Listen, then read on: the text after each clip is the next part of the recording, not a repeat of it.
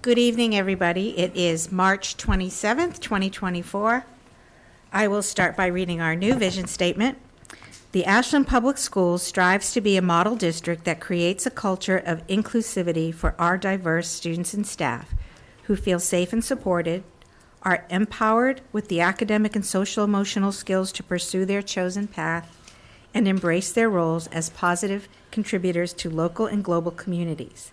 This meeting is being recorded by WACA Cable TV, and our order of business this evening is open session, call to order, opening procedures, agenda review and adoption. There will be time for public comment, and then we will open our public FY25 school budget hearing.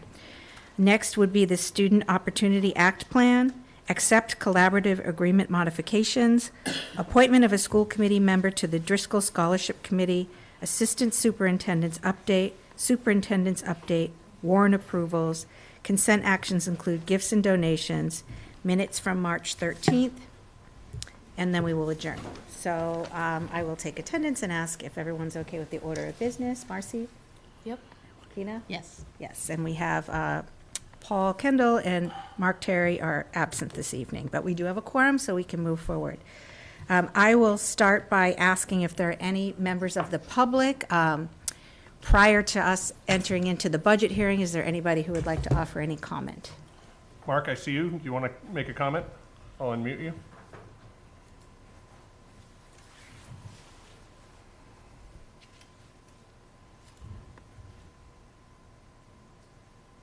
I think you have to unmute him.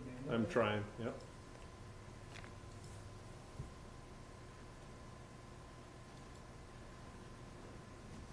How's that? Good, Mark. We hear you. Do you want to have a comment, Mark? Yes. I'd like to have a comment about one, your mission statement, and it goes along with about what the college job fair subjects matters are. So the mission statement is the second sentence and the third sentence. Does that be like collective of the town itself, town atmosphere of what the students go by? So normally this is just time for comment, and we don't typically answer questions, but I will just share with you briefly, Mark, that we had really a years-long process with the school committee and with other smaller groups within the schools, parents and so forth, while we were building our latest strategic plan. We had outside people working with us, and this vision statement is a result of all the work that we did over the past couple of years, taking input from all those different stakeholders. Okay, then that answers that. And when you do have the college job fairs at the high school, are those college job fair from the Metro West or over the state itself? Well, school committee doesn't really have any involvement in that, but I'm going to assume that the colleges at the job fair are from everywhere, all around? Yeah. But I couldn't tell you which ones. It's not something that we run, and I didn't attend this year, so I don't know. Okay, so I'll round up to the point is that I'm looking for this town to have a future growth, and I've been talking to everybody else on committees about medical science, technology, climate control, net zero things that happen. That is happening now in the world, biotechs and stuff like that. I was just wondering, are the students being taught in the prep college courses to be ready to go in case they can find jobs around in the Metro West, that they can go without going to college to be prep ready for those jobs? So again, I'm really not able to get into a Q&A, but I will just tell you briefly that part of the work that we did, what we always do here, and that we did specifically in the last couple years with the strategic plan and the vision statement, is to make sure that all students are prepared for whichever opportunities they're going to be seeking, whether they be college or service or employment directly out of high school. It's our job to prepare all the students for any of those possibilities. Jim, did you want to Okay. add something? So Mark, also we have the ability to send our students to Keefe Tech as well as Norfolk Aggie, which supply our students with the opportunity to gain valuable knowledge in trades as well as biotech or things of that nature as well. So, so some of our kids, yes, are getting that experience, but Ashland High School isn't prepared to do those things at this point. Okay, and to the and very last, to Mr. Shower there, these are all questions I brought up for the comprehensive plan for this town, and let's just bring it up here just to see what answers I would get. Thank you, Mark. Appreciate Okay, it. that's it. Thank you. Okay, thank you, Mark. Okay, I am going to now move to open the public hearing on the FY25 school budget. Do I need to take a roll call for that? Thank you. Marcy? Just yes for agreeing to open the Yes. hearing. Tina? Yes. Thank you. We have a quorum. We're going to open the hearing. I do want to start, as I usually do, because there aren't too many people here other than our wonderful administrators who are all here. Thank you. To just tell you a little bit about the process, because you're about to hear Superintendent Adams present the budget. And there's nobody here that's going to be asking us any very deep questions about it, because there's just nobody here. But I did want to let you know that we won't be just easily rubber stamping this presentation this evening, that this has been going on all year. The administrators have had many meetings about it with each other, with their staff. The school committee has had a workshop with the administrators, and we've had the chance to ask all of our questions there, and we may have some follow-up questions tonight if something comes up in the discussion. But I do just want to make the community aware that this is a process that has been going on for a while. All right, Jim. Thank you very much. Would you also like to mention that we're going to keep the session open? Yes, I'm not going to close the meeting tonight. Superintendent Adams let me know earlier that our final number is not ready to be voted this evening. So we are going to go through the budget presentation. 99.9% of what's being presented is what we've all been talking about for these many months, and it's just that the final number needs some tweaks, and we will keep the hearing part of this meeting open until our next Great. gathering. Thank you. Yeah. So, as we've done in my 10 years as superintendent, we've had an opportunity to come together as an admin team over the course of many months, starting back as early as November. Thank you to Chris for all the hard work that he puts in, taking all the data that the principals and the directors give to him and put it in a readable fashion for our community. We want to make sure that all of the information can be easily read by anybody within the community. So what I'm presenting tonight, as you stated, is a budget that still needs a little tweaking. Been in conversations with the town manager, and what we hope to do is be able to have a finalized number by next Tuesday and have a virtual meeting with the entire school committee where we can vote on a final number to present to the FinCom as well as the select board. That's those are the next steps. So what does it look like? Let's see if I can, slideshow here.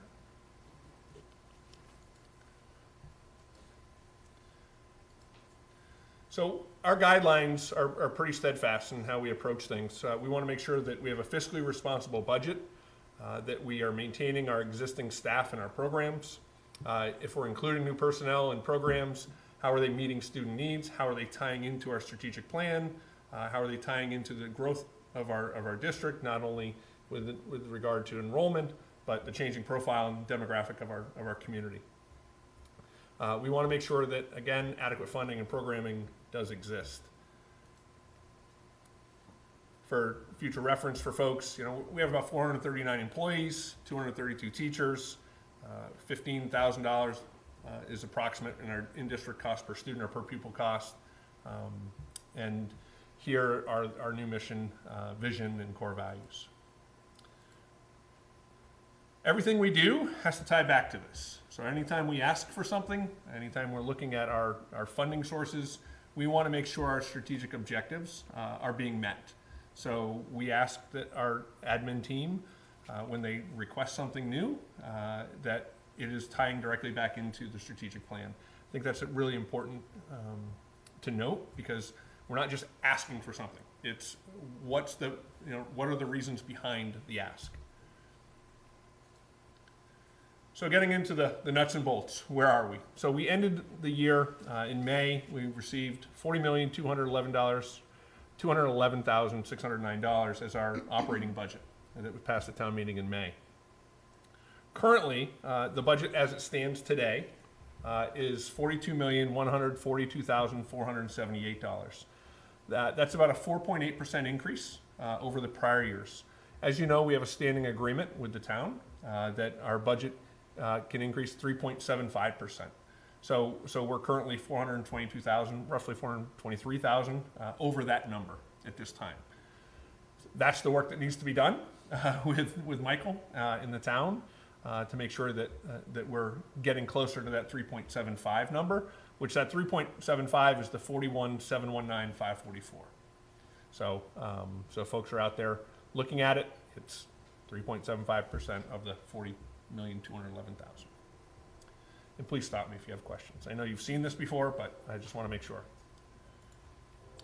So this chart's a little different than what you saw in the budget workshop, because I wanted to make it a little clearer for folks in terms of what are we asking for and how are we going from that 40,211,000 number to 42,142,000. So this here hopefully will outline it a little more clearly for folks. So I will have a couple people jump in. Brittany, I see you online, and Kelly's here as well to talk a little bit about the new programs that we're looking to create. But I think it's important to highlight a few things first. One, if you go down to increase in personnel due to ESSER grant fund loss, we've all heard of the fiscal cliff coming from all the federal and state aids that came through the COVID time period. We have about 671,735 of salaries that are attributed and have been attributed to the ESSER money. So this year that money runs out. You can see the folks who are being paid out of that 671,000. Counselors, as well as our middle school half team that we created as enrollment was increasing. So those are positions that we want to keep, but now we have to account for them in the operating budget. Britt, are you available right now? Yes. Awesome, thank you. Do you want to talk about the 18 to 22 program? Sure. And I'm sorry, I don't know what's wrong with my camera, but it won't let me turn on. It probably knows I look tired. So No worries. So the 18 through 22 program in Ashland specifically is hoped to be created for our students in district who have been receiving our in-district program for the duration of their educational career in Ashland. Some students require additional support as they transition out of high school into, their independent adult lives that require additional support from the school district. These students, because of not having an in-house in-district program, have largely had to go out of district to continue to have that support, which, in my professional opinion, isn't necessarily the most fair thing for our kiddos. We want to create them opportunities to grow in their community in which they live. And our community and initial outreach has been largely receptive of supporting job placements and career opportunities for our young adults. Lots of support from gym facilities, local restaurants, administrative support, just really, really excited to support our students and give them what they need to feel supported as they transition into adulthood. Thank you. Can you also talk about the reading specialist? Sure. The reading specialist at the middle school is coming from a request of, growth in special education numbers. Our fifth grade population transitioning to the middle school is pretty high in special education population, about 30% of the students currently enrolled at Mendez are identified as needing special education support. So this role will primarily support that 5th grade transitioning into the 6th grade, and they will largely be a case manager with a focus on supporting reading and growth in that specific area, with the hopes that over time, as student numbers reduce through more cohesive identification and support and intervention, that they could be available to support all reading needs, grades 6, 7, and 8. Thank you. I'll stop there to see if anyone here wants to have any questions for Brittany, or if you have any. None? Okay, great. Thanks, Britt. No problem. Kelly, could you come up? Thanks. I'll have Ms. St. Kerr just talk about the Bright program and the costs associated with that. I think so, yeah. The computer's asking join, but no, okay. So the Bright program is something that Britt and Jen Taylor and I worked together along with our IEP coordinator at the high school, looking at some different ways to meet the needs of some of the students. We have a rising population of students that have very extensive, long hospitalizations due to primarily mental health, but the potential is always there for other medical needs, as well as students that are withdrawing from high school without a diploma. We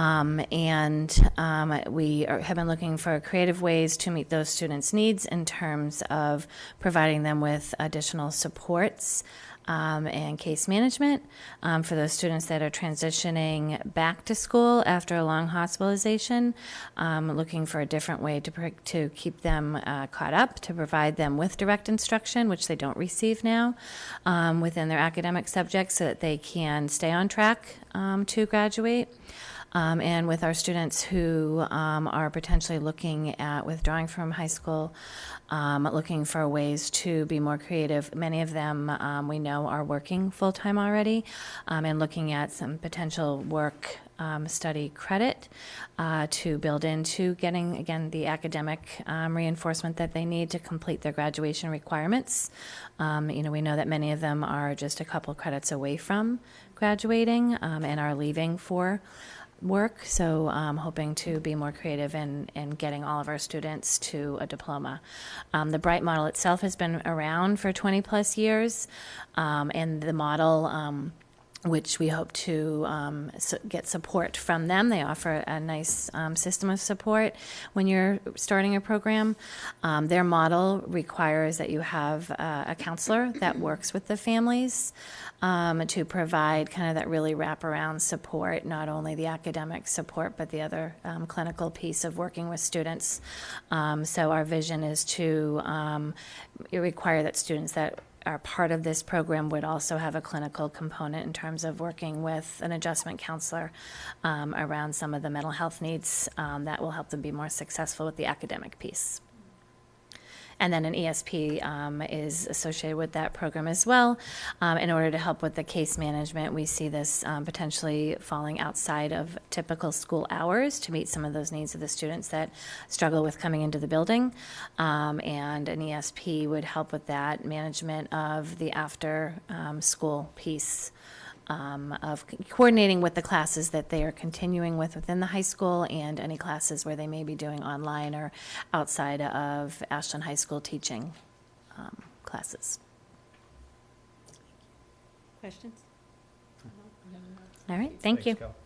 And Mike, just can you touch base with the literacy coach? Sure. As you know, a couple of years ago, we employed Kathy Ferecki as our first literacy coach, and she's been able to bring us some really invaluable work in terms of improving our literacy instruction. And with that, we started to develop our data team meetings at Warren, and then now at Mendez. And the amount of staff that Kathy needs to work with is kind of insurmountable at this point. I mean, she's working with over 70 staff members. And in order for us to really be able to make the strides that we want to make with literacy and to continue to see improvement in our students, we feel like it's really important for us to have one more person in that role at this point. Right now, Kathy is traveling between the two buildings. If we were able to house her in either Mendez or Warren and then bring a new literacy coach to be able to work specifically with the other school, it allows for some continuity in the building, and also for those two to be able to collaborate with our building administrators to really step up our literacy instruction and continue to see great strides for all of our students. As you know, early literacy development has been at the forefront of our thinking here for quite some time, and we are making wonderful progress, but I think the addition of yet another person to be an instructional leader in that capacity will really help us to see continued improvements. Questions on that? Nope. Great. Chris, you just talk about the facilities expenses? Hello.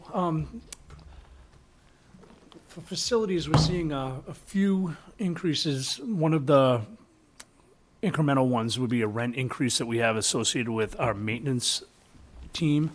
They were housed at the Mendez School, and we needed to find a new location for them. So the plan is, for the foreseeable future, that they would be located off of Magunko Road. So there's an incremental expense of a little over $50,000 associated with that. The other expense is an incremental FTE of a 1.0, but it's really split between two buildings. Mendez School, we've had, it's increased square footage, so we're looking to increase the FTE by 0.5 there. Warren School, in the past, we increased the square footage there, and we didn't really catch up in terms of the personnel, so we're looking to see if we could increase that by a 0.5 FTE as well. The other expenses are adjusting for our utilities. First, we need to recognize the inflationary expenses associated with utilities. And the other one is contracted services and supplies. We're looking for a 4% increase in those areas as well. Great, thanks. So the largest piece that we haven't talked about is really the second line down, the increase in salaries due to contractual obligations, the $1.8 million. We are still in the process of negotiating with 2 of the units. We have 5 that we've been negotiating, so those are not public yet. We haven't voted on them, nor has the applicable unions. So we have a placeholder for some of the reserves there, as well as the anticipated retirements. We have, I think, 10 or 11 folks who are retiring. So we want to recognize that those are positions that will be replaced, but we anticipate some cost savings in terms of just the structure of the salary. So as you can see, we are also increasing the use of our revolving accounts from the previous years by $1.69 million, $1.619 million. Again, I'd just like to show this because you get to see really where the increases are, almost $2 million in salaries. And the contracted services, Chris, it's down 5%, partly because we're shifting some of the salaries up top. Is that correct? How you move things around with the reduction in contracted services is actually, it's due to the way that we're handling the offsets. this year? So the offsets are moving. The credit that you saw of the 1.6 million a few minutes ago, some of that is there's a few $100,000 worth of contracted services for our transportation. That's probably the largest variance there. Student enrollment, we share this all the time. We're still anticipating growth within the district. We've slowed down a little bit. Pete, we're still at 150?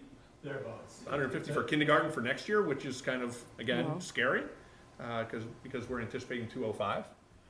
So there are a few out there. And this happened with the current first grade class. Yeah, it was pretty low, and but we don't anticipate it. I just received actually today our new NESDEC projections, and they're actually projecting from the fall to the spring, actually another slight increase. So I've got to go through that. It just happened. I was like, oh, that's interesting. From because, last fall to the spring or next yeah, year? from this fall to the spring. So they do a projection in the fall, and I have them do it twice a year now because we were seeing such a variance.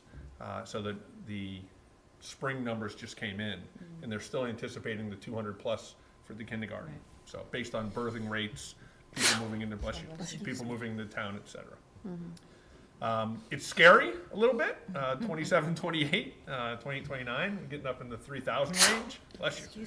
I'm sure Jenna's scared at 725 over a Mendez building we just brand new at 635 we built it for. But as we've said, we did build that facility with tremendous flexibility. So we have space that we can currently move folks into. I show this because we talk about how well we achieve. It's a double-edged sword within a community, but we are on average spending $15,092 per pupil. State average is 19,000, 600 almost. The bang for the buck is pretty real here in Ashland, and we've talked a lot about that.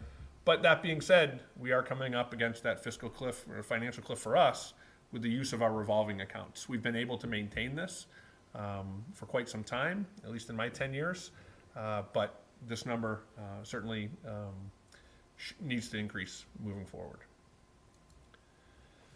Special education, always a moving target. And you'll notice that in this slide, I adjusted it from our budget workshop to be clear that while we have 38 students that we project to be out of district students next year, that's a decrease of 5. It's a decrease because we have some students that are out who would come back, at least one who would come back in for the 18 to 22 program. Okay. We've got 2 students that are currently in-house that would be a part of the in-house program. They would have been added to this. And then there are some other students whom we've brought back in and that we anticipate keeping. It's a moving target. Sarah knows best, in terms of all the early intervention and the pre-K students and all of the testing that she's going through.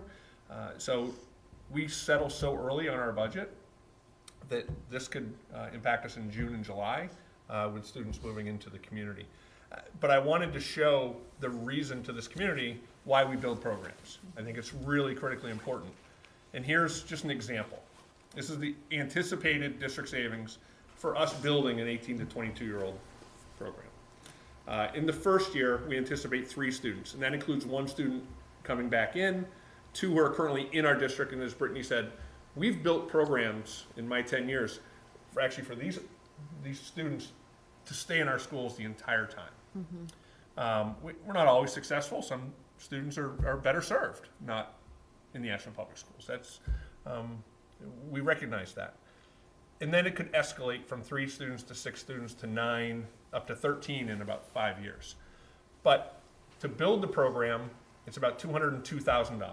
So that's the educator that Brittany was talking about and 2 paraprofessionals.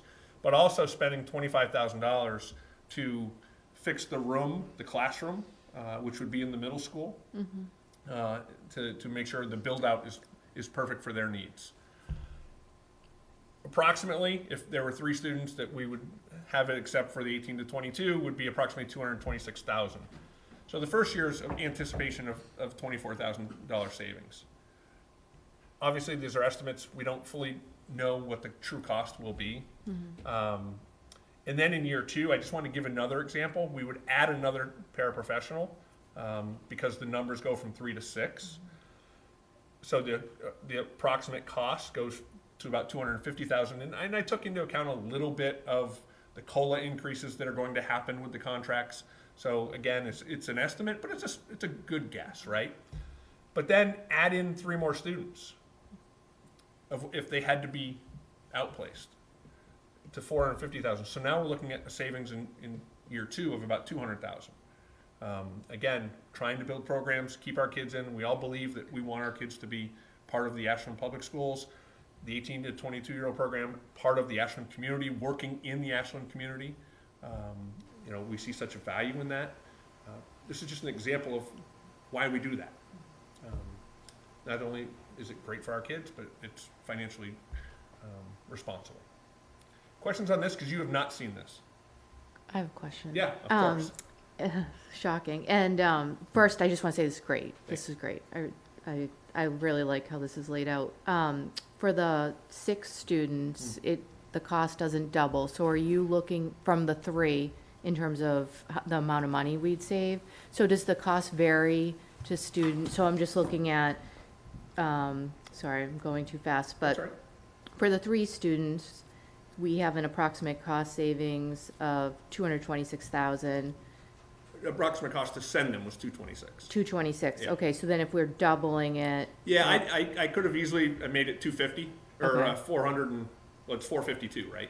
yeah, If you add okay, double so it. I was doing in my head 250, 250, 500, but it's rough. Yeah. Okay. Yeah, that's why I was just using that estimate. We don't Okay. know, we wouldn't know exactly what the cost would be. Because it depends per student, and right? where they Because you might could go. have one that Yeah. could be a lot more cost, It right? depends on if we were at accept or another placement somewhere. We had one student who they moved, it was out west, they did an 18 to 22 program, where it was just a different cost. So it's an It's just estimate. dependent. Yeah, Okay. yeah. This is excellent, though, and Okay, thanks.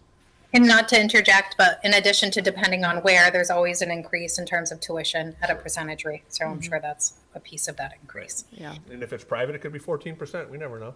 Yeah, I think this is so great because as a person who, started so many years ago having kids, I had no idea that it costs this much money for the schools to like send students to other programs. So I just really applaud everyone's work on, generating the program. Thank you. If this one shocks you, wait till the next slide. So we've built, and it's hard to read, we've built a number of in-district specialized programs from, Pitaway to the high school.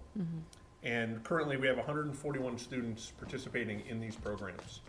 And the cost to have the programs, and these are true costs in terms of salaries, is about $3 million that we have in Ashland.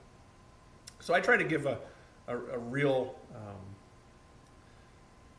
synopsis of what happens if we didn't have these programs, right? What would it really look like? What would it be costing the town, even after circuit breaker, after some funding coming back from the state? We never know. We've experienced, and Donna Flaherty's from Accept here tonight, and has probably experienced it in her career in special ed, 20%, 25% reimbursement for circuit breaker up to what's required, 75%. So we want to make sure that the community understands that these programs we've built, next year, just anticipating these 141 students, the district is saving approximately $10,665,000.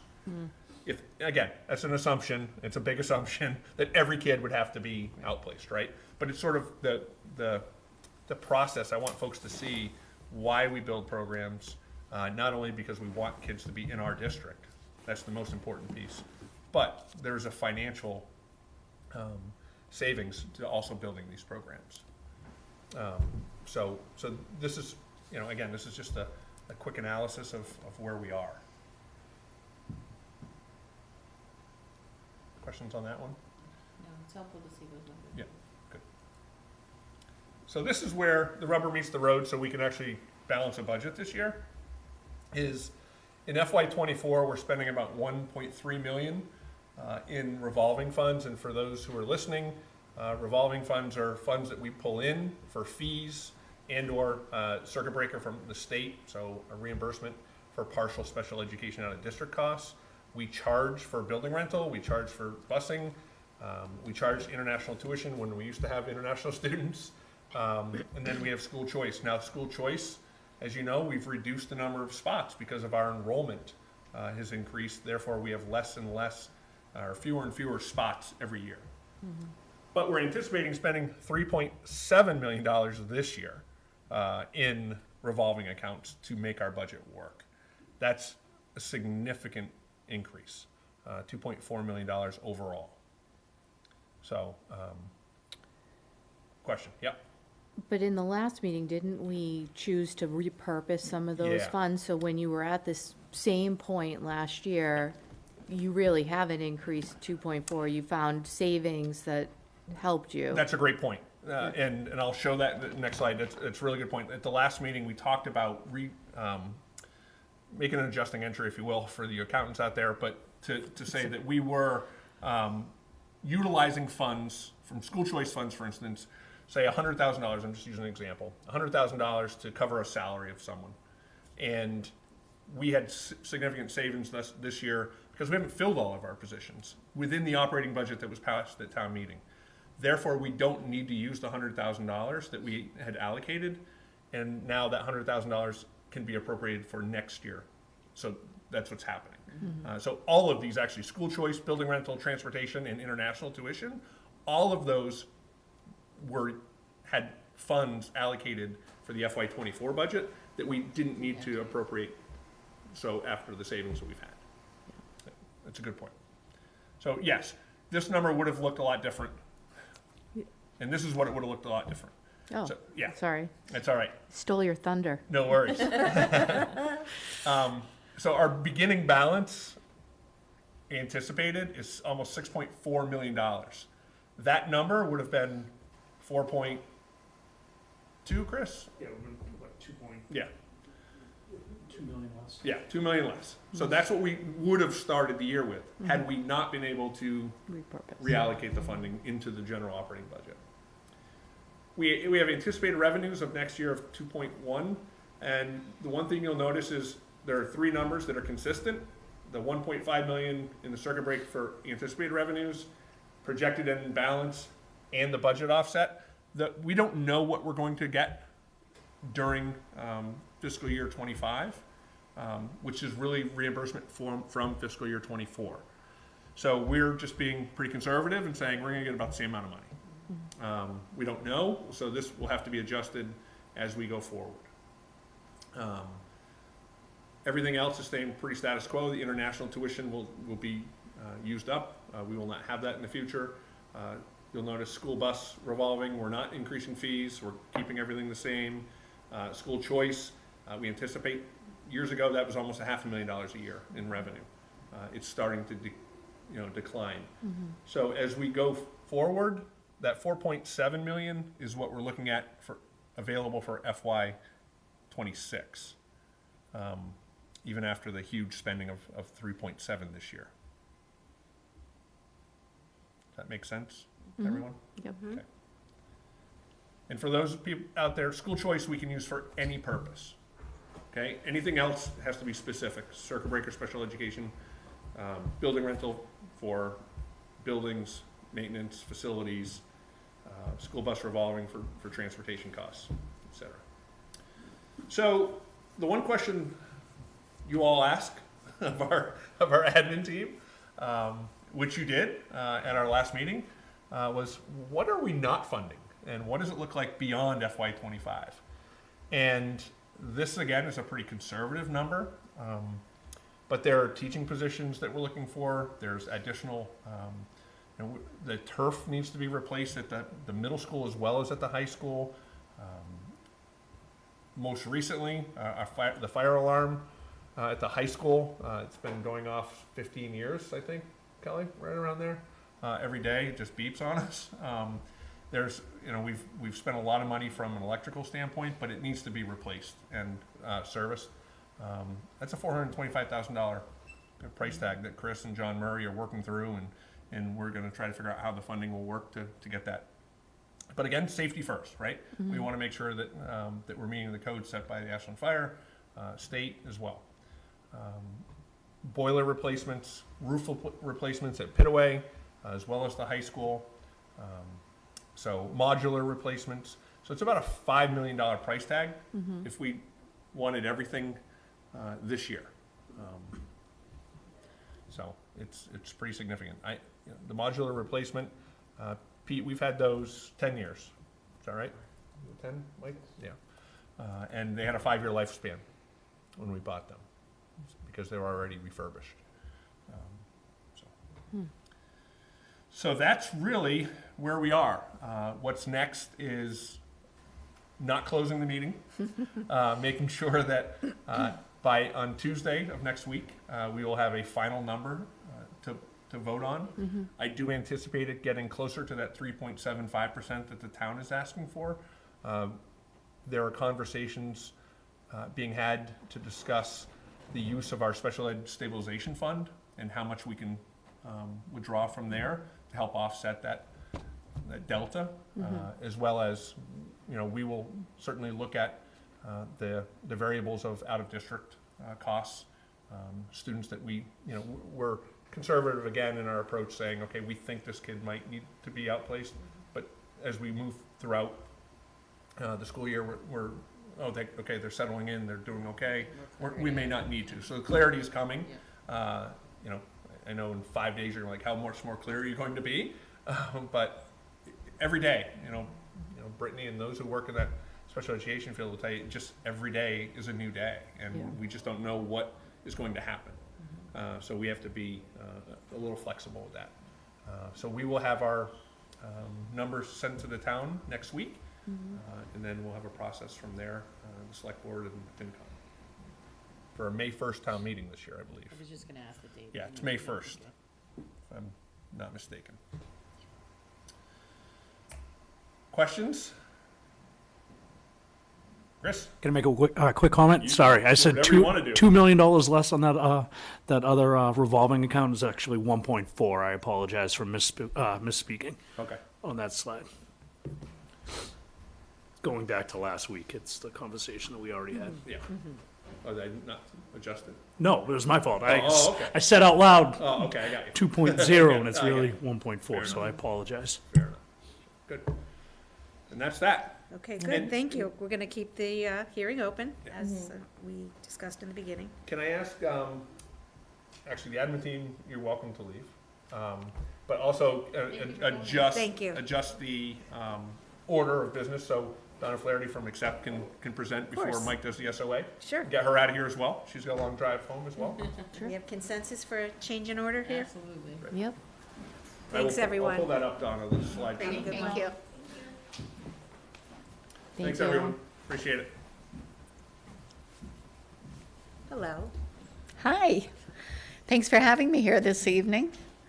It was fun hearing about the students that we've shared in Ashland over the years and time. Some of the students, our mission is always to try and prepare students to go back to their district, because we too believe that students belong in their hometown. So we're always happy to be able to do that. We've certainly had those successes with some of your Ashland students, which is nice.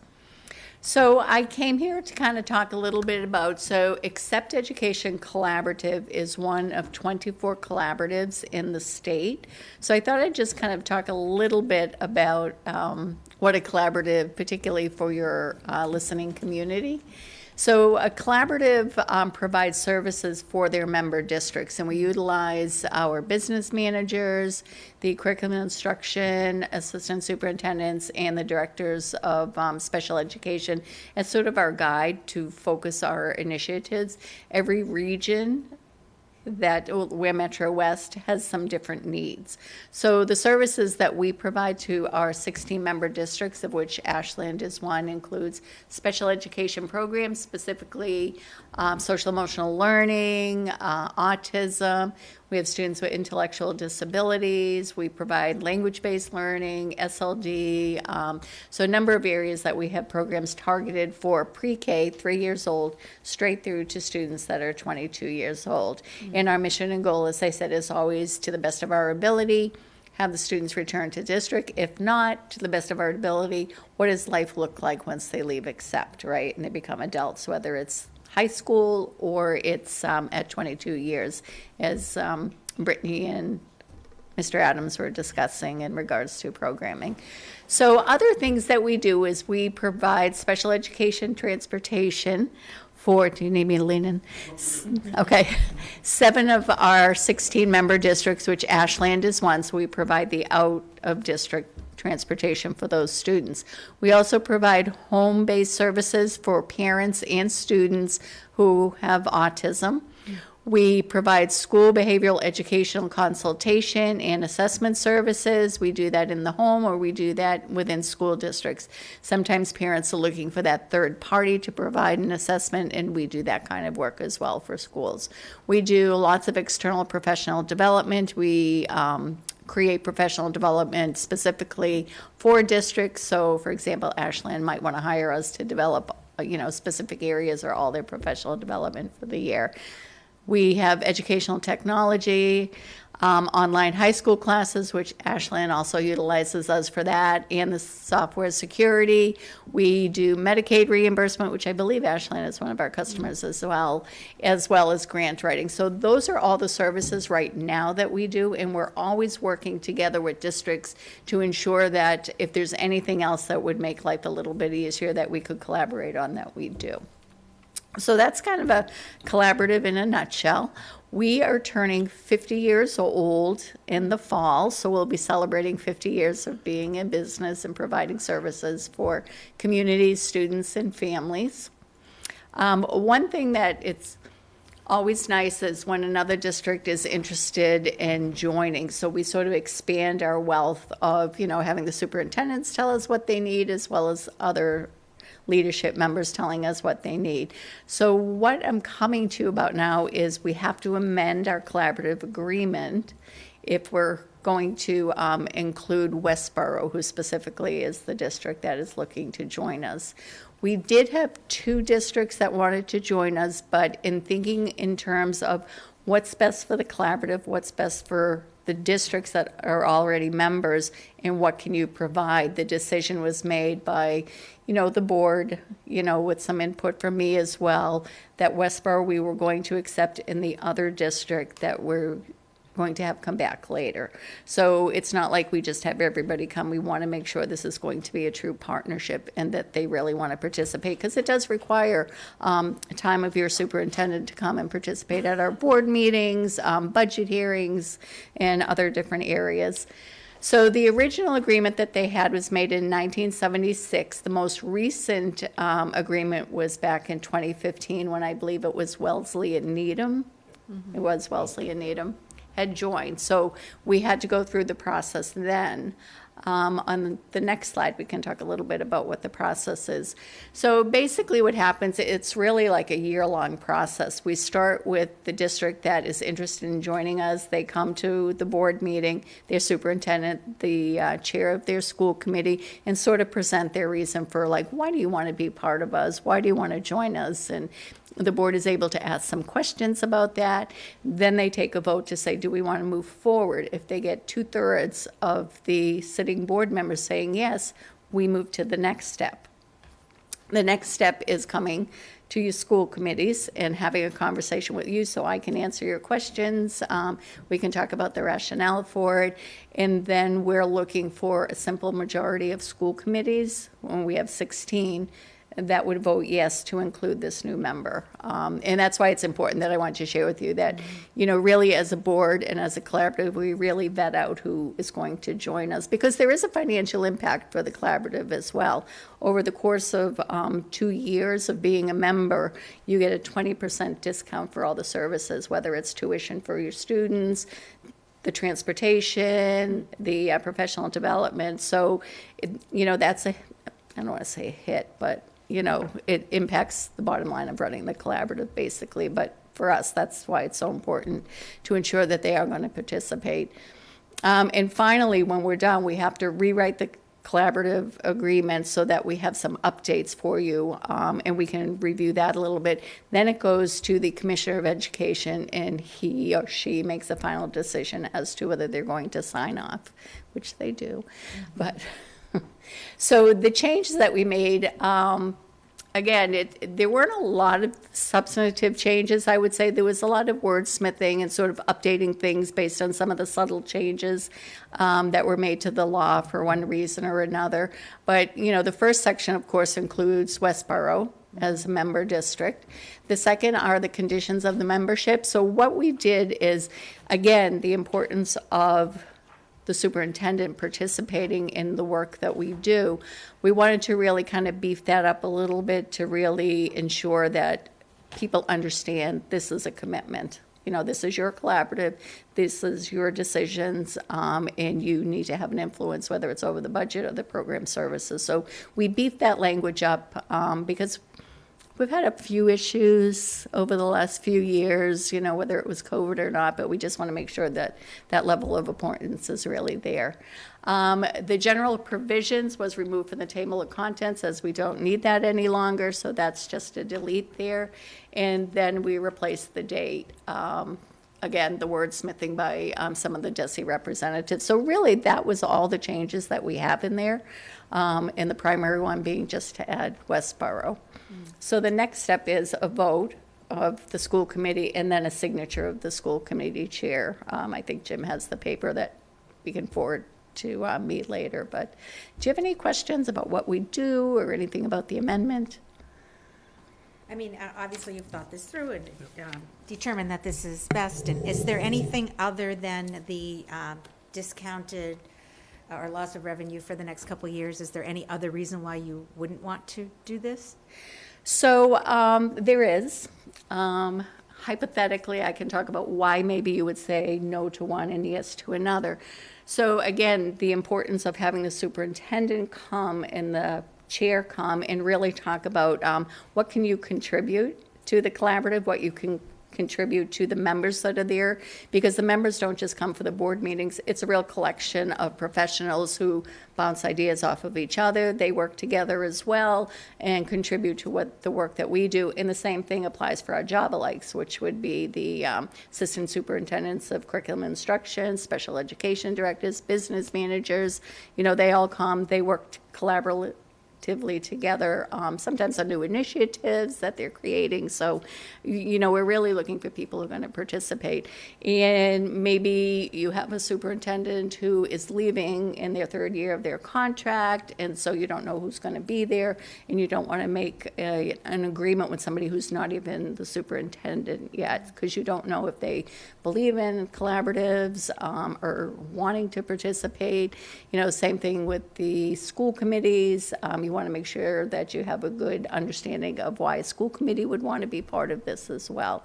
So it's really that piece of interviewing them and really looking at the structure of that town is vital to our making a decision. Like I said, we don't take it lightly.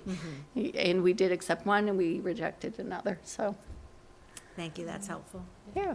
And just, I mean, I have, you know, no real problem adding Westboro to it, but since you mentioned you accept, you know, the decision was to accept Westboro, but not another town, what was it? Can you just share with us, what was it about their inquiry, application, whatever, I don't know what they call it, when they seek to join the collaborative, but can you share with us what you feel Westboro just very briefly, because I don't want to identify anybody, but both the Director of Special Services as well as the superintendent were leaving the district. So those are two key people that we need to have committed to the work that we do. So I had a long conversation with the chair of the school committee, because they were obviously pretty disappointed that we said no at that time. And, you know, I said, we're not saying no forever. Come back.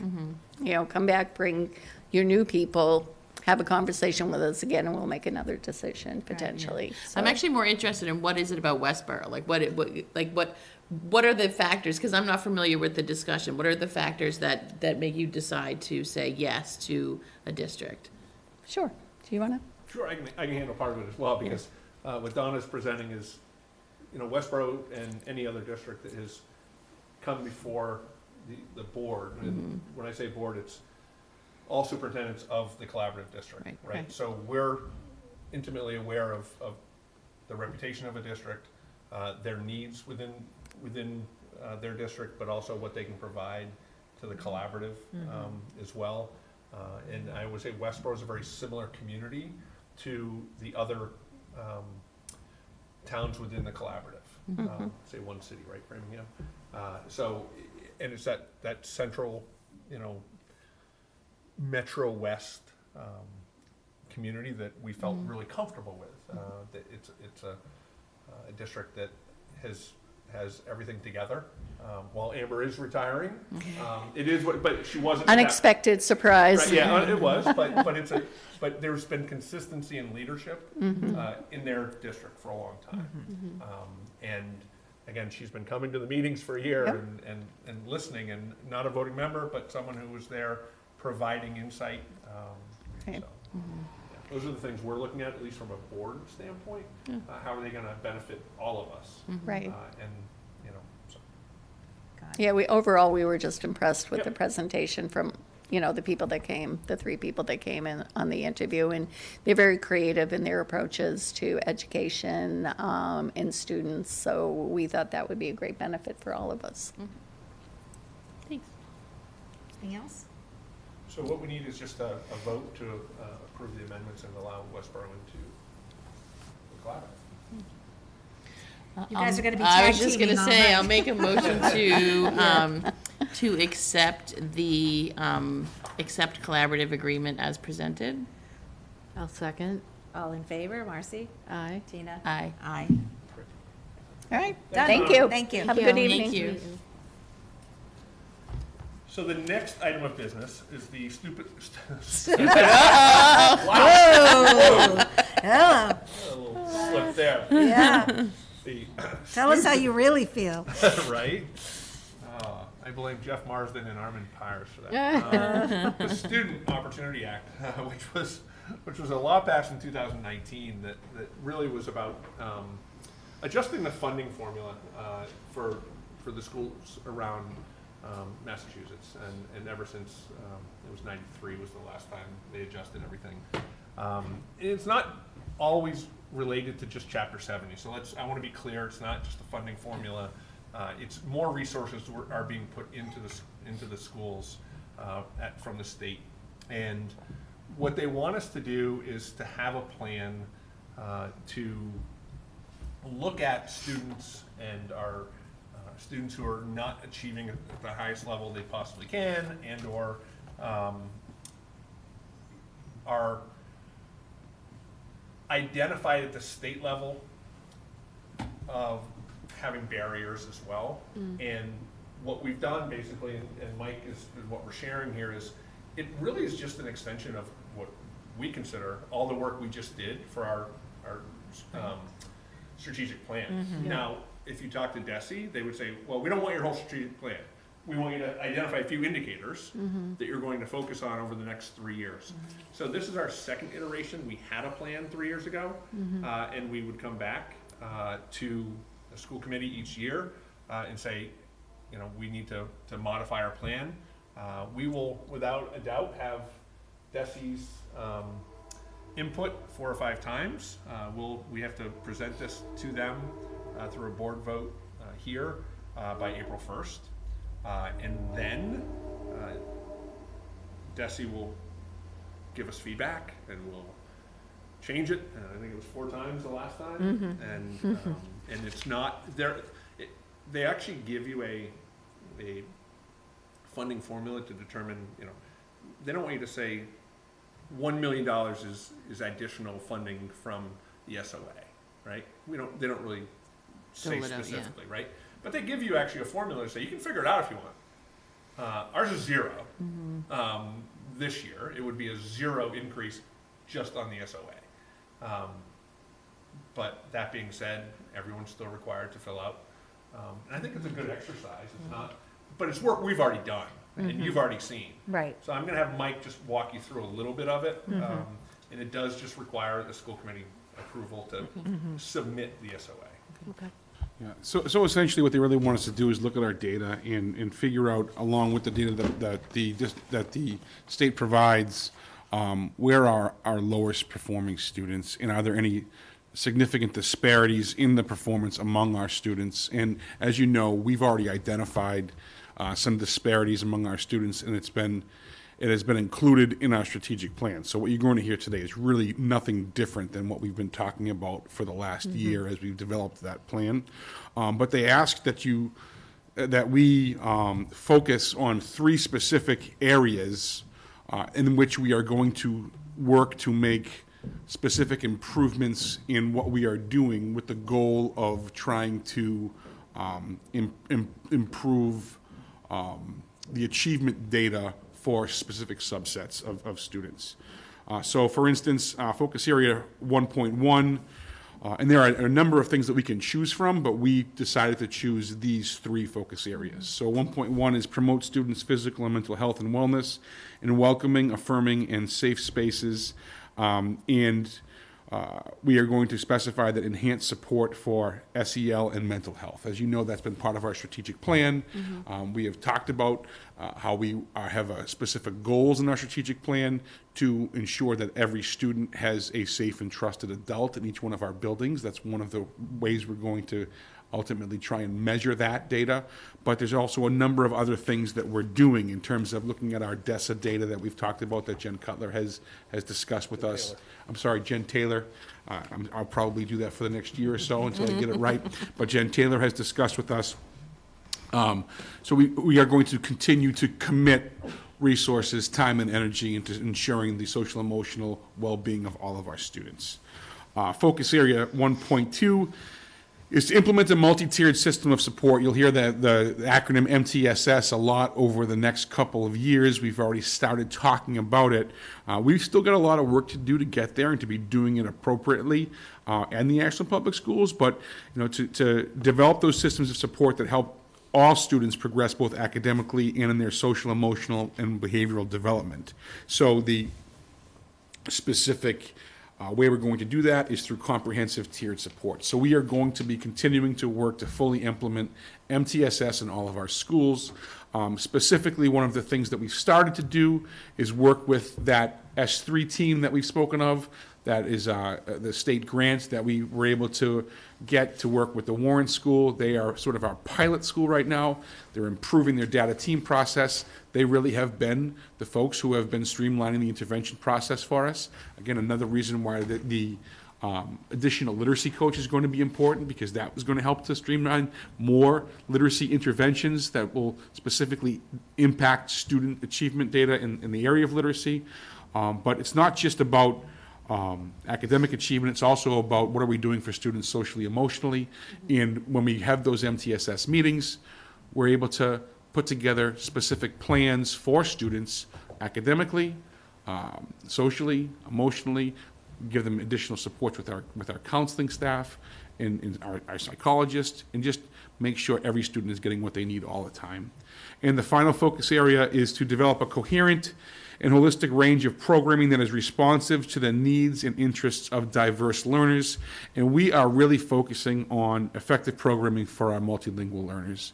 As we look at our data, it becomes really evident that the biggest disparity in our success of students in all areas right now is the success rate of our students who are English learners. We need to improve their performance across the board for our English learners, and the way to do that is to implement some more effective programming for our multilingual learners.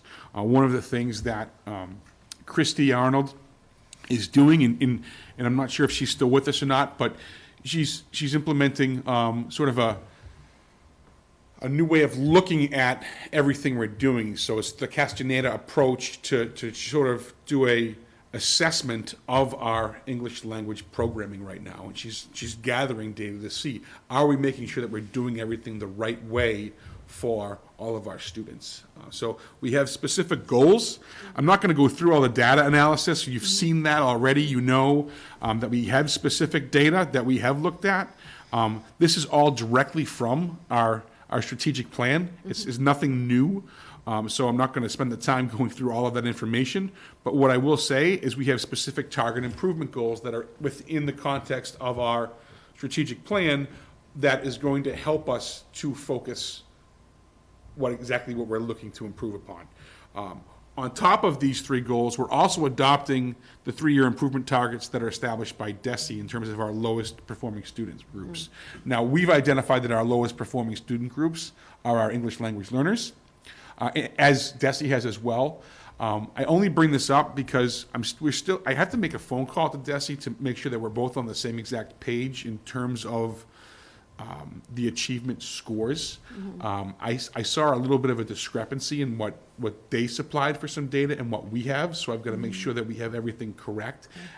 What I think will end up happening, is this an iterative process, as Mr. Adams has talked about. They're going to bounce it back to us anyway, so this will allow for us to have an open-ended conversation with them to make sure that we're all on the same page. But what I think is that the 3 goals that we have put forth here are actually more aggressive than what DESE has asked us to do. So I just want to have that conversation with them to make sure that it is actually more aggressive. Yeah, when we were reviewing it today, we looked at the numbers and we're like, wow, we're actually well above what DESE thinks we need to be hitting for a target number, which is not a bad thing. Right. Yeah. But we also talk about it within the strategic plan, a 3 to 5 year window, right? Right. Yeah. To hit those targets. Right. So. And they split it up a little differently too. They're looking at high school and then non-high school. Yeah. And when we set our goals, we decided to do it district-wide and not separate the two. Yeah. So it just changes the number that we're going to be looking for. So I want to make sure that's okay from their lens. But we'll obviously try to do both. We're going to do whatever DESE has asked us to do on top of these 3 specific goals. Yeah. So the first is we're going to target a 5% student growth percentile for our subgroups over 3 years in both ELA and math on the MCAS. And then for the access, as you know, that's the test that our English learners take. We want 60% of our English learners to meet their student growth benchmark, which means that they have reached the level that we think that they can attain. And we want to get 60% of our students to be able to reach that level. And then one of the other pieces they talk about in the SOA is family engagement. As you know, that's part of our goal in our strategic plan as well. They're asking, how are we engaging families right now? What are we doing? That's one of our strategic plan goals is to improve our family engagement. So one of the things that we're doing is we have to get some baseline data in order to do that. So I didn't put a specific goal in there. Know that we are going to continue to work to do that. I know right now our spring conferences are happening at the elementary school. For the first time ever, we've asked teachers to actually supply us with specific data about who is coming, so we have a baseline from this spring to be able to actually see, okay, are we going to see a dip in the fall and a dip next spring, or are we going to be able to somehow figure out how to improve the number of parents who are engaged? What we do have too as well is some significant data from the work that we've already done with Lexikeet. As you know, we implemented Lexikeet as the software program that allows us to bring in interpreters at will for any parent who's a multilingual parent. And we've had over 500 of those meetings at this point. So we can continue to look at that data and to see how that has increased over time as well. So those are the focus areas. This next piece just gives a little bit more about what we're going to do and what we are doing. These are things that, again, are all included directly in the strategic plan. The language is not different. Everything ties in together. I may be too hopeful here, but I think this might be the first time that in a long time that we send this back and don't get 4 iterations. Maybe we'll only get 2 iterations. Typically, we've tried to take on too much, I think. Yeah. And this year, we've really honed in on these 3 specific goals and focus because the strategic plan has allowed us to do that. And again, I keep on talking about the open architects, but it's a whole new thing for us to be able to look at the data in a new way that simplifies how we're looking at it, and that has really allowed us the opportunity to focus in on where we need to be. The last thing that I should mention is that we talk about in the document, we do talk about chronic absenteeism. That is something that we are still targeting to improve, and we also talk about our high school dropout rate. We're targeting that population as well because we're seeing that our English learners and our low-income students are the ones who really need to be targeted for both chronic absenteeism and dropout rate. So those are the 2 specific subsets of students that we really are focusing on. And the department was clear actually this time within the instructions. They only want us to choose a couple things. Yeah. That was our problem. We had way too many. Bid on One year we more picked than like you can 10 do, and yeah. they came They're back like, and they said no, you we only can't. want 3 or 4. Okay. So, yeah. Thank you. So what is needed is just a school committee acceptance of the SOA to be submitted to the Department of Ed. All right, I move to accept the SOA to be submitted to the Department of Ed. I second. All in favor? Marcy? Aye. Tina? Aye. Aye. passes. And great job. This is, it was Yeah. interesting to read through. And, I mean, none of it was new because we've been Right. talking about all Right. this Yeah. for so long, but it's nice to just kind of see it, reiterated. This will be published Yeah. online, that's Yeah. one of the requirements as well. Right. Oh, great. From the department is that we publish the SOA online. So, Excellent, done. next, Next, now we're down to the Driscoll Scholarship appointment. Marcy, if you don't know what that is, there are a number of scholarships that get awarded at graduation or the end of the year, and this is one that requires a school committee member to be on the deciding small committee, right? There are names of, there's 5 people. right. I think it's one meeting. From what I recall, I've done it in the past. You go to the high school, you sit down with the people, you go over the application, see who's met the criteria of the students, and then the decision is made. So I don't know if anybody wants to do it, or sometimes you might not want to do it if you have like a kid in the graduating class. I was just going to say, Mark and I don't know that either of our children are applying for it, but but they might. Yeah, or I avoided it even if like I Right. just. Well, if and I know a lot of right, students, if right, I knew the exactly. No, applicants, then absolutely, I didn't yeah. want to be like influenced that way. So, I mean, I'd be happy to do it again unless you want to. I know some of the graduating class, so that's my only Yeah, caveat. totally up to you. So if that makes you uncomfortable, yeah, you can sign me up. When is it, by the way? I should make sure I'm going to be, do we know, Chris? We were gonna wait for the committee to get appointed, and then, we'll have a, Usually it's in the middle. yeah, the answer is no, we don't have a meeting scheduled yet. Okay. But it would be, I'm only asking, I will be out of town for a while. in no, April, it's but not scheduled. I will be We- around early May. It can be very flexible. Yeah, We okay. we essentially just, yeah, no, we can be flexible. I'm would- thinking about, we need to discuss an award, and then we'll issue the, excuse me, and then just issue that, we're moving forward with it this Gotcha. year. So we'll probably do that, and then we can convene as a committee. Okay. I mean, if you think it's early May, I can easily do that. If it's late April, then I can't. Okay, well, we'll definitely follow back up, and it won't be April then. Okay, all right. All right, who wants to appoint me? So moved. Second. All in Aye. favor? Hi. Okay. Thank you, That's Lori. me. Thanks, Lori. Did we, I missed the last meeting. Did we appoint somebody for the middle school I will principal? get to that during the superintendent's. Okay. We're all just jumping right ahead to stealing your No thunder worries. tonight. No? Okay. Mike, you have an update? A brief one, because you just heard a lot from me a moment ago. We had our second round of administrative learning walks this week. That's as part of our superintendent goals and my goals. We are going to try and do a better job of calibrating how we are doing our evaluations. And today was the first day of round 2, and it really was excellent. We were able to go into a couple classrooms at Warren. There were 7 of us that went, and then we had some fantastic discussion about what we saw and what kind of feedback we would provide.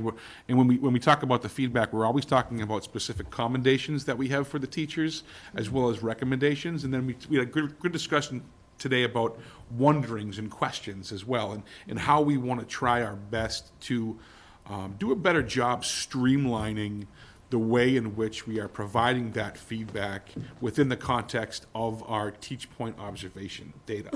And this summer, we're really going to spend a significant amount of time as an admin team to not be robotic about it, but to have a more consistent template that we're using to make sure that all of our observations look similar. We know we always all have different writing styles, but we want teachers to have a consistent look to each of the observations, mainly because this is the first year we've started inviting more people into the observation team. It's not just principals and assistant principals anymore.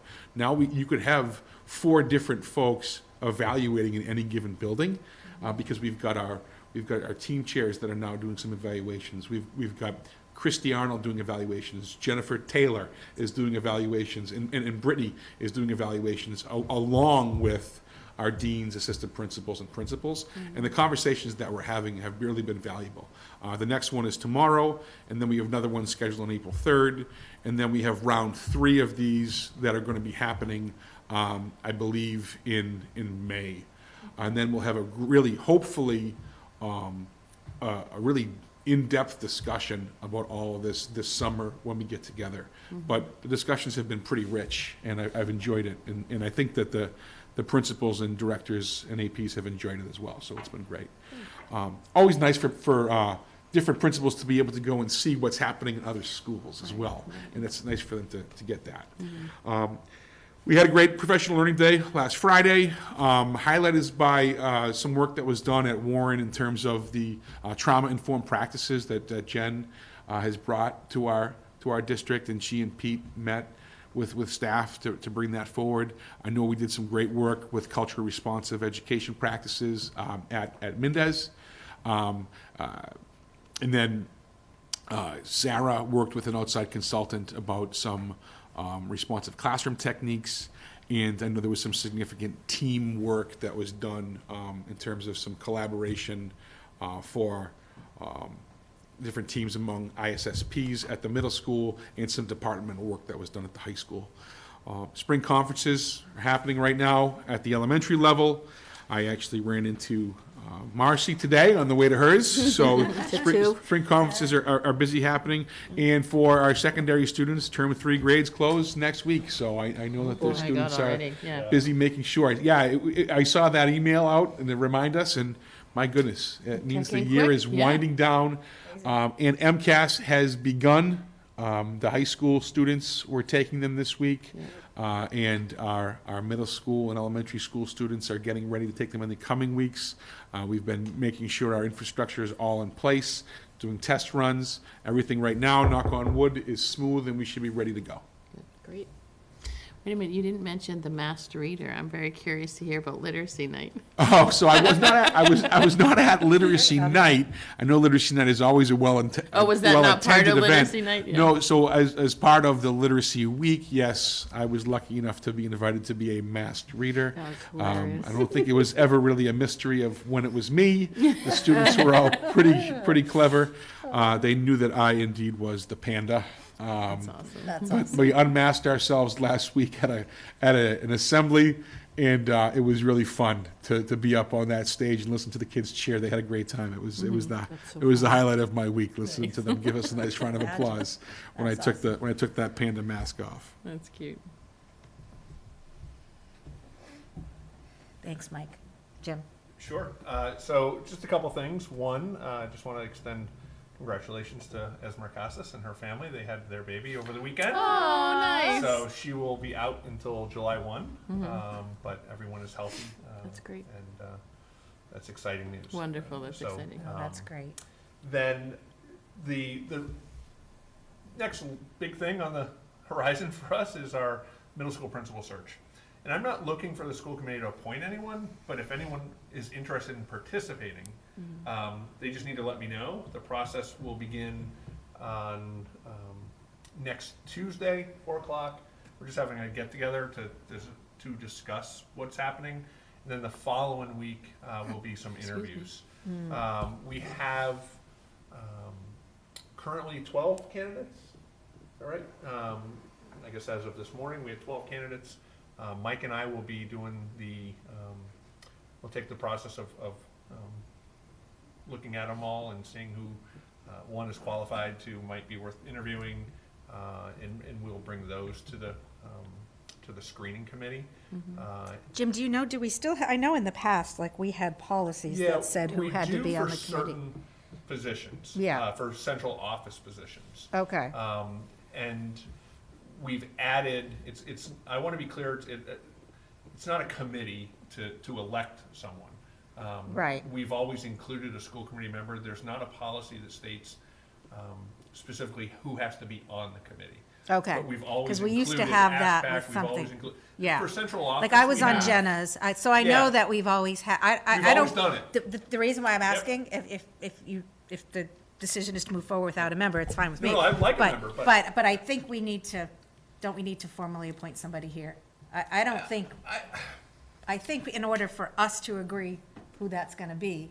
Yeah, we could. I mean, I'm welcome, you're welcome to hold off on the decision until next Well, week. we can't do it now because there's no, When, nothing on the agenda. Right. When are the interviews, Jim? Are they So during? they will be after school. It would be closer to 4 o'clock, depending upon how many we interview, I anticipate the interviews taking place on Monday, the 8th, is that the 8th? Monday, the 8th, is that right? Yeah. Yeah, because the 10th is the Wednesday, Monday, the 8th and 9th, Monday and Tuesday, 8th and 9th, would be the first round. Yeah. That's what I anticipate. And they'll be in depending upon person. How many, yes, it'll be in yeah, person. okay. And we're not having another meeting before We that? will have a meeting We'll on have that Tuesday. Tuesday meeting, Which I will okay. put it on the agenda. Yeah, in the only addition reason to- why, if I will a check- member's I will gonna check be because on I've had it, people, I've had other school committee member tell me that it's not part of a policy, but that's fine. yeah, I'll go back and review it. don't listen to him. If somebody knows policies, though. I'm just kidding. Yeah. All I'm saying is that Mr. we've Carey, always, I apologize. yeah, Yeah. I'm just kidding. No, it wasn't, No, if, I just want to make sure if that's how Yeah. we're supposed to do it, Yeah, that it I will- gets on Right, the agenda. right. If- 100%, that's why if we're moving I was forward- not expecting it Yeah. to be a discussion tonight. Okay, Just, I will put it on the agenda for Tuesday. okay. In addition to the open, The meeting, the open, budget meeting, uh, yeah. keeping the budget meeting Yeah. Yeah. open, right? So I have no problem with that. Yeah. And I will send an email just outlining, you've already seen it, I've sent you the outline of what the process will look like, but now it's really clear when we're meeting. It'll be, next week. Okay. It's just a informal discussion of what we're looking for. Yeah. So, but I'm pleased that we have 12 candidates. Yeah, that's and, good. Certainly, my initial review of the applications are, we've got some high-quality caliber Good, good. individuals. Oh, great. Excellent. Yep. So that's pretty much all I have for an update on that. All right. And I guess we're not doing warrant approvals because Paul's Paul's not here. No, Gifts and donations? we do have a few. They're getting smaller and smaller. It's harder to read. National Youth Tobacco Survey, $500, Amazon gift card for the Wellness Department. Shaw's, $862.80, assorted office supplies.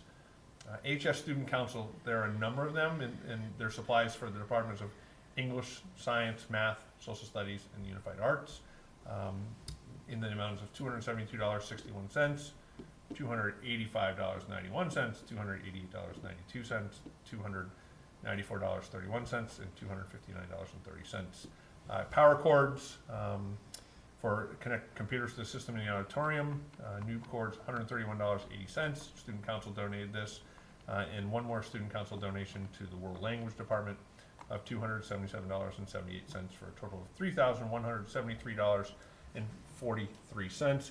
And what I do want to say is the first time in my 10 years that I'm impressed that I actually have, and Marcy will appreciate this, from a tape. Oh. Look at that. Oh, a calculation, 10-key a tape. 10-key tape. Wow. So I'm Don't really see that comfortable every with the numbers. Awesome. Oh, a trip down memory lane. Exactly. Do we need to move to accept We those? do. You do. Okay, so I move to accept the gifts and donations as presented. Second. All in favor, Marcy? Aye. Tina? Aye. Aye. That passes. Had anyone looked at the minutes for March 13th? I did miss that meeting, so I have nothing to, I didn't have any I don't have changes. anything. Yep. All right, so then we'll move to accept the minutes from March 13th. Is that the, March Right. 13th? Second. all in favor, Marcy? Aye. Tina? Aye. And I think that's it, unless we have any updates that you guys want to share. I made a list of little things that, some of these I was able to attend, others were just cool things that happened in the district that I heard about. But I was at an AshPAC meeting last week. I think it was last week, maybe it was the week before, but since our last meeting. And one of the things that they've been working on for a while now, and it's kind of up and running, is they've created this lending library with a lot of resources for parents, for teachers, administrators, on a whole host of different special education issues. And so that's available to parents, teachers, administrators, whoever, would benefit from using those resources. They're all donated, from different people, some from their own personal libraries, some from their professional libraries, or, books that AshPac has accumulated over the years. So they've been working hard on that, and that's, kind of ready to go. At the meeting last week, we talked a lot about the budget. Brittany was there, so, they were able to ask her a lot of questions about the programming, which, was great. I kind of reiterated our support from the school committee lens of all of that programming and, the work that Brittany's been doing. The music program at the high school is going to be participating in, every year they participate in a festival, a music festival, which will be next weekend. But they have a preview concert, which was last week. So, so they did it. They did a great job. They're, gearing up for that. And there were a couple of cool things that, I saw on Twitter or on Instagram that, were happening in the school. One of the things actually that Brittany was sharing at the AshPac meeting last week was there was this we have best buddies in United Sports at the middle school and high school. But at Warren, I don't know if it was at Warren and Mendez or one or the other, but they had this really cool program called Kids Unite. That is kind of it sounds like a mini Best Buddies program at the elementary school to pair, our, kids with disabilities with kids who don't have disabilities, so they're doing things together. And Mike or Jim may feel free to talk a little. I don't know that much more about it other than it happened and it sounds really cool. Brittany said that there wasn't, for her, she's like, I don't think there was a dry eye in the house. It was just so great to see all the kids having fun together, working together and supporting each other and being really accepting and including, all of the kids that took part. So that was really cool to hear about. And then another cool thing that I saw on Instagram was, I guess, a computer science class was invited to the State House to present some work that they've been doing. So that was kind of neat. Yeah. Excellent. I just want to hop in quickly. I forgot to mention, you reminded me, today I was actually able to attend our Unified Middle School Basketball Jamboree. So we were lucky enough to host the Jamboree at the middle school, and there were 2 games that took place for our students, and it was well attended, and just really wonderful that now we have unified basketball at the high school level, unified basketball at the middle school level. I know our unified track students are gearing up for their season at the high school. So just another wonderful way to ensure that we're fully including all of our students. And it was a fun event to be at today. Yeah, So. sounds like it. Awesome. Marcy? Oh, I'd just say Literacy Night was another hot place to be in Ashland, and it's just always continues to impress. Those kids can't get enough of those baskets. So true. Oh, it's a madhouse. Anyway, so that was great. Awesome. All right. If we have nothing else, then we can take a motion to adjourn. So moved. Second. All in favor? Aye. Aye. Good night, everybody. Thank you. Good night. So